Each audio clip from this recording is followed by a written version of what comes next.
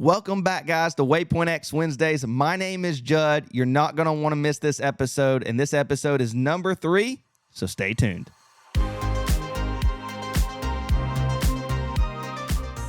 Well, welcome back. Like I said, my name is Judd. This is Waypoint X Wednesdays, an off-road podcast where we talk about anything and everything Jeeps and off-road. So we really do appreciate you tuning in. If you're listening on Spotify, make sure you hit that follow button. If you're on YouTube, hit that subscribe button, leave us a like, leave us a comment, and hit that bell for all notifications. And go check us out on Facebook and Instagram and TikTok for all of our other content. We really do appreciate you tuning in. Guys, we've had some great feedback about the podcast, and we're just going to keep chugging along. And we've got the next 2 episodes we just can't wait to share with you. And then we might have some special guests on. We've got some things in the works with bringing on some people to so you don't always have to see me, and to hear some other ideas that are out there really pertaining to the Jeep off-road world. And so we can't wait to share those with you. So like I said, guys, this will always happen on Wednesdays. We'll drop a new podcast every Wednesday, hopefully for the near future. So guys, we really do appreciate it. So let's get started with today. So we had talked about it. Caitlin and I talked about it. We actually basically did a whole podcast before that, scratched it, and we added some more things because we really think that those things needed to be talked about. And so that we're going to do our top 3, but we just couldn't narrow it down. So we did our top 5. So it's the top 5 things that you should have in your Jeep before you ever set and go in your Jeep off-road. So top 5 things. We'll go over these fairly quickly. We won't harp on them too much because I can just keep on going, but you'll get the point. The first one, it might be a little controversial, but it's communication. And you're saying, well, there's so many other things like first aid and yada, yada, yada. Well, communication is key because let's say you do have a medical emergency or your vehicle catches on fire. Well, if you can't communicate, you can't get anybody to come help you. So we really push communication. You know, the big thing in the Jeep world right now is GMRS radios. There are still people out there that will use ham radios. The CB radios have kind of fallen to the wayside. You just don't get the range out of them anymore, or you never really did. And so GMRS radios are really the hot topic right now in off-road communication. And that really helps if someone else has a GMRS radio that's near you. So a handheld's not going to get, very far out. So I'd really look into getting one that is hard mounted to the Jeep that really puts out a little bit more power. So you get a little bit more range. You have a, mounted, antenna for that system, and you're just going to get more range out of that radio. Now, let's say you go by yourself, which I don't recommend at all. I always try to go with someone. Now, I can't say I've always done that because on my earlier years of wheeling, I did that all the time. Caitlin and I, especially when we were going, we would just go by ourselves. Not the brightest thing, but it did work out. So always let someone know where you're going. That'd be the first easiest thing to do, whether it's a family member or friend. Either tell them, hey, I'm going to Stony, or hey, I'm going to go hit the 600-1 or something in the Talladega National Forest, things of that nature, so that way they have a, area where they could possibly find you if you didn't return in time. So always have a form of communication. The other way, it's a little bit more expensive route, is having some type of, satellite device where you can send a text message, so like a satellite phone, things of that nature. I could be wrong in this. Correct me in the comments below, but I believe the new iPhones can send out SOS messages, even if they don't have cell service via a satellite. I'm not sure about the Android. So that's a possibility. I know I have an iPhone. Caitlin has an iPhone. So if that's possible, let me know in the comments. I'm not sure about that. I'm not up to date on the technology that's out there. We always go with someone, so it's always easy, to have some form of communication. We use GMRS radios. I have a rugged radio, hard mounted. I think it's the GMRS 45. That's hard mounted in the Jeep. And then we have a couple of GMRS rugged radios that we just have walkie talkies. And so we use that for spotting. Maybe we're going to scout a trail, things of that nature. We'll use the handhelds, and they're always good to have. We also use the handhelds when we're building obstacle courses. So we'll have a few handhelds in each of the machines, and we can talk back and forth as we're building things and have headsets, the whole nine. So we kind of do that. So we use GMRSs pretty heavily around here, and they're great to have, and they're fairly inexpensive. So good thing to have. But I could talk about that all day. But so we're going to go into number 2 on our list, and that would be a first aid kit. Now, I'm a firefighter paramedic, and I can go a little overboard when it comes to first aid just because I want to be prepared. So I have a full book bag. I got it off of Amazon. It didn't have anything in it. I just put all the stuff in it. It was just kind of like a medic bag that I got. I wouldn't go that extensive with it unless you're, somewhat medically trained, or you just want to have all of the equipment that I possibly have in that thing. Maybe I'll do a review of that one day. Maybe not. We'll see. But I have like things like gauze and Band-Aids and burn cream and, ibuprofen and aspirin and the whole nine in there that I would possibly need if something were to happen. I have all of that. I have like warming blankets and just different things of that nature in that package in case something happens, that we could bandage somebody up and get them to first responders, and they could get, go to the hospital. So, or if it's even just a scratch or a scrape, we can get that taken care of. Getting some type of like, some alcohol prep, some things of that nature, maybe some a saline solution so you can clean out a wound. There's just a whole list of things that you could possibly have in that first aid kit, but having a first aid kit is essential. Whether you buy one off of Amazon, you go to Sam's or Walmart, just make sure you have something that, don't get this little small one, that just has some Band-Aids in it. Get one that actually has, some bandages in it and things of that nature. I can't really recommend one. There's a ton out there on the market, whether it's one that, the Jeep off-road community is kind of pushing at the moment, or you just buy one at a store, or Amazon. So you really just have to do your due diligence and make sure, you're getting good stuff and that it's solid stuff. Going on to number 3 is a fire extinguisher. We have one right on our roll bar, so our harness bar, so it's like right here. So I literally have to turn around. Caitlin and I can turn around, grab it. We keep one in there, and then we also keep one in our truck when we're towing. So we always have at least 2 with us, one in the parking lot, one on the Jeep, and that way you can put a fire out. So we've seen it time and time again, whether we're just traveling down the road and we're able to put a car fire out and people are able to save the belongings out of the car, or we've had one on an obstacle course where, they had I think like a power steering leak or something like that, and it hit the side of the motor and caught fire real quick, and we were able to put it out fairly quickly. And those fire extinguishers are very key for that. But, if you don't have communication first, your car burns or something like that, then you can't get in contact with anybody. And then what happens if, you do use a fire extinguisher or something like that, and you don't have a first aid kit, you might get burned. Well, you might need that first aid kit if something happens. So we put them in kind of order that way. So that way we think the most important is at top with communication, then being first aid, then being fire extinguisher. Just make sure you have that. You don't have to bring, the massive one, just get you a small little fire extinguisher that can put out, a decent size small fire, and it might save your day. But really, you're not worrying about the vehicle. Usually the vehicle's toast if a fire happens majority of the time. You're trying to save everything that's in it. The vehicle can be replaced very easily, but you can't. So it's not worth your life for the car. Maybe, grab, the few things out of there, grab your fire extinguisher, put the fire out, but make sure you're safe, if nothing else. So I could talk on that for days, because it's kind of in my wheelhouse being a firefighter. So I could ramble on and on and on, and need to be here until next Wednesday. So going on to number 4, this was a little bit controversial, I think, and it might be a little controversial to y'all as well. But I think it's really important. Us, now having a shop called Waypoint X Garage. So go check out that Facebook page if you're interested in that. We do have our own shop. We really think it is essential to have tools with you.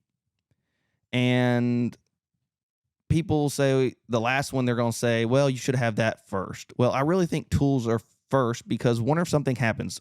Just taking case in point, you cut a tire or a tire goes down, whether you're on the road or off road. Having a good set of tools where you can get that tire off easily and safely is key. Wonder if it's just a simple fix. A couple bolts came loose, maybe a bolt came loose on your steering or a bolt came loose on your control arm. Making sure you have the right sockets and wrenches for that fix is absolutely essential. I couldn't tell you how many times I've gone over to people's rigs off-road and literally they just needed a wrench or a socket set to just fix a loose bolt. It happens all the time, whether it's a shock bolt, control arm bolt, or steering. Maybe it's something easy like that where we can just tighten it up and they're good to go and they're wheeling the rest of the day. You don't want to come into a problem where that basically puts you down for the count. So always having a good tool set. As far as, you cutting a tire, things of that nature, the jack that comes with your Jeep, I want you to go grab it and chunk it in the trash can. It's horrible. It is a absolute hazard. So pause it right now. Go take that thing and chunk it. Go put it in a landfill somewhere. Recycle it. I don't care. Get rid of it. I know that's, I'm going to hurt your feelings. Go to the store. I don't care if it's Harbor Freight. They make a decent one. There's a bunch of other companies out there that make really good ones. Buy a bottle jack. And you put a bottle jack in your car, whether you put it in a box, a case, I don't care. Bottle jack is your friend, especially in the Jeep world. All Jeeps have, straight axles. So they're not independent suspension. It's just one axle tube all the way across. I might put a picture of it during the video. So if you're listening on Spotify, go check out the description. We might be able to leave a link in there. But it's like my Safe Buddy. I'm looking at Caitlin right now, like Safe Buddy or Bottle Jack Buddy, I think, something like that. Our buddy Clayton bought it for us. He found it, and it's this. I guess it would be almost like a topper for a bottle jack. And so when you're jacking it up, you've got your stem. So here's a pin. You got your stem, and this bottle jack buddy goes around your tube. So it kind of cradles your tube, your axle tube, so that's a little bit safer. Because sometimes that bottle jack top, it's hard to center it right on that tube just right. And so that bottle jack buddy just makes it a little bit safer. I would definitely recommend that. But if not, if you don't have the money for it just now, at least get you a bottle jack. And let's say, oh, well, I'm on 40s or whatever the case may be. Okay, maybe put you a 4x4 in there, a little piece of 4x4 in there so you have a little bit of extra height there. But I'm telling you, a bottle jack is the way to go. I have changed many tires and fixed many problems with a bottle jack. There was one case that we didn't cut a tire, but we used a bottle jack for getting the entire four-door Jeep gas tank out of the Jeep on the trail. It was at Windrock on Caitlin. Man, what is that trail? Walden's Ridge. I took the entire four-door gas tank out of it, and it was probably half full. And we used bottle jacks and ratchet straps. So put a ratchet strap in there too. That's not on the list. And I know tools, we're putting all this in tools, but put a few ratchet straps. You never know when they can come in handy. But we lowered that whole gas tank out with bottle jacks and ratchet straps, put a new fuel pump in it. Come to find out it wasn't the fuel pump. The lines to the fuel pump got broken, but we were able to get out of there. Thank you, Doug. Appreciate him. So if he's listening to this, we really do appreciate you getting us out of a sticky situation. Basically, we just hot wired the fuel pump, ran a bunch of wires down the side of the Jeep to get us out of there, and then come to find out that one of the wires on the frame rail had gotten nicked by some of our components on our suspension. It just kind of hung down there and got nicked, and luckily we were able to find that.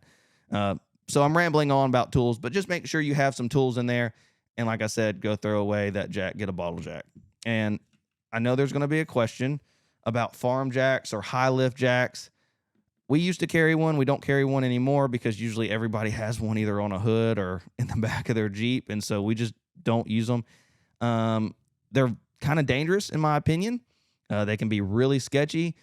If you know how to use one correctly, they can come in handy very well. They can be used as a secondary winch because, they have that pulling power. You can use it as a winch if you needed to. Let's say your winch went down. That's another possibility. But I just don't think that. So there's a risk versus reward as far as safety is concerned, and I'm just not willing to risk it because they're so dangerous in my opinion. So especially for just changing a tire, it's just not worth it. So get you a bottle jack, throw away the factory jack. So hot topic, we'll see. We'll see what you say in the comments below. But the last one is recovery gear. And so I would always go out there and buy a solid recovery gear. Now we use Rhino USA. There's plenty of great products out there, but that's who we use. We've had nothing but success with them. We've never had anything fail on us at all. We've torn stuff where it's cut on a rock or something like that, and they've held up perfectly fine. I think the only thing that really messed up, and it was really our fault, was one of the snatch blocks, and then we think a rock or something got up in there and kind of chewed up on the actual pulley part of it, or the bearing spinning kind of messed up, and that was partially our fault. But it was a very hard recovery, and so something was bound to fail in that recovery because we were winching for over 6 to 8 hours, and so something was bound to fail. But it wasn't on Rhino's part; it was on our part. All that to say is have a simple recovery kit, and what I mean by simple is, to start with, is at least a 20 to 30 foot toe strap, a solid toe strap that has good braking strength. So, Rhino, there's many other companies. That's just who we support. They support us. So I like Rhino. Like I said, that's all we use. So 20 to 30 foot strap, soft shackles. Soft shackles are your friends. I stay away from D-rings. The only time I use a D-ring is for a hard mounted point. And what I mean by that is most bumpers don't have a big enough eyelet for a soft shackle. So use that D-ring to go into your hard point on your bumper, and then use a soft shackle to go through the D-ring. I don't use D-rings to make connections from, toe strap to toe strap, or a tree saver to snatch block. It's always a soft shackle. The thing is that D-ring can get side loaded. It cannot, it can move around, not how you want to.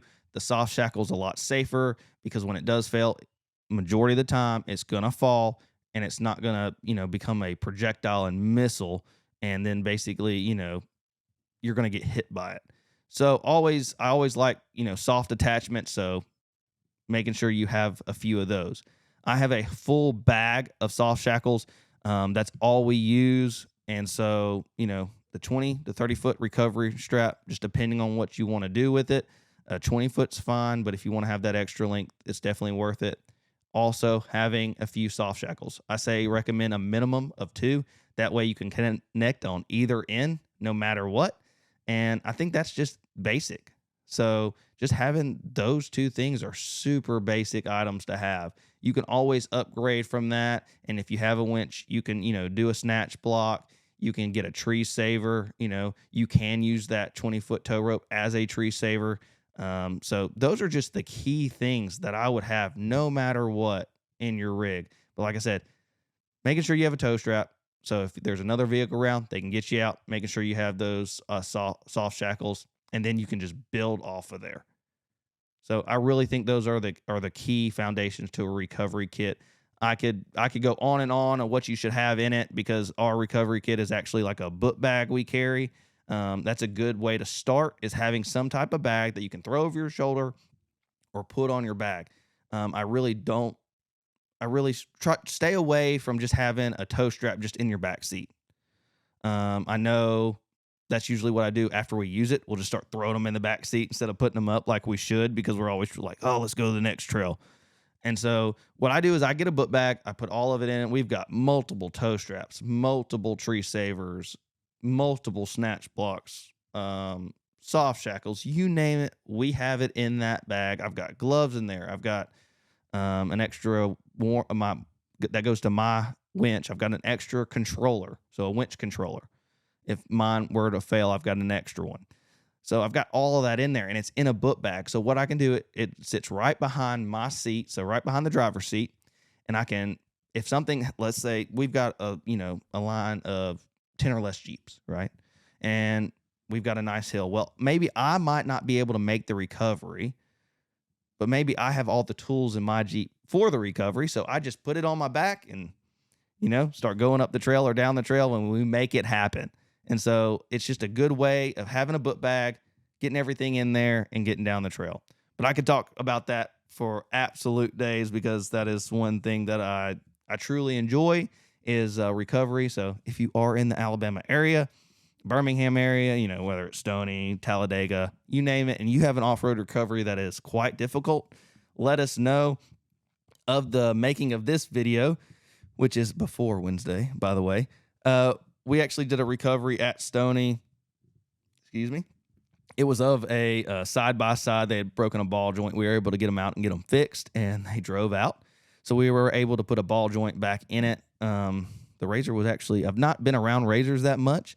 They were actually pretty easy to fix, a lot easier than a Jeep ball joint, but we were able to get them off the trail, and everything was good to go. Because I could go on and on and on, like I said before, about all these, but just to run down them one more time, we've got the first one is communication. Always have some type of communication.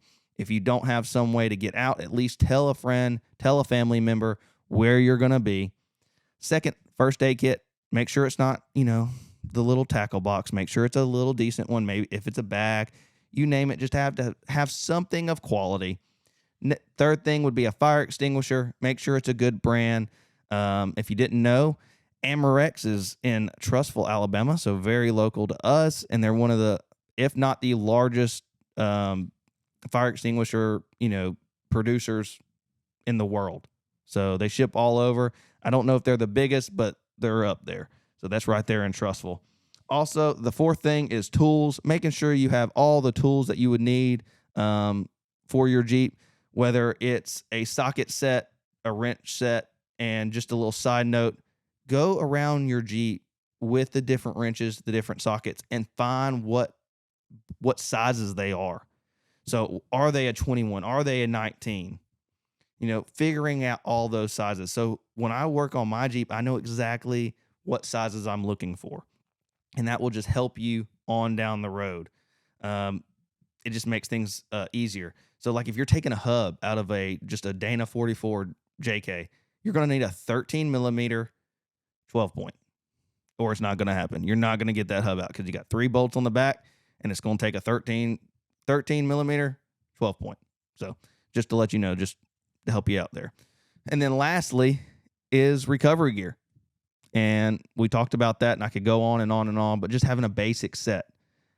But those are the top 5. I know I could leave a list a mile long of the little ins and outs that you should have, whether it's, sunscreen or bug spray or things of that nature. We could get into the nitty gritty of all that. Maybe some food. Maybe food should have been on here, Caitlin. I don't know. Especially if you're going out and you do get stuck, maybe pack you some food. But usually most people have food and water in their Jeep when they're going off-road. So maybe that will be number 6. We'll just put an asterisk there, food. I just thought about that one.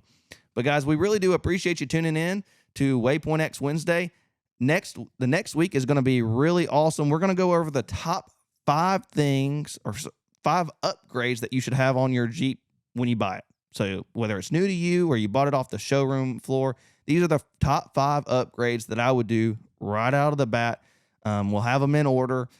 And those are the things that we would recommend just from going off-road and being in the culture and kind of the progression and learning from our mistakes as we built ours and our off-road journey. So we'll go over those top 5. And then on the weeks to come, we're going to have some guests on the show, and we can't wait for that.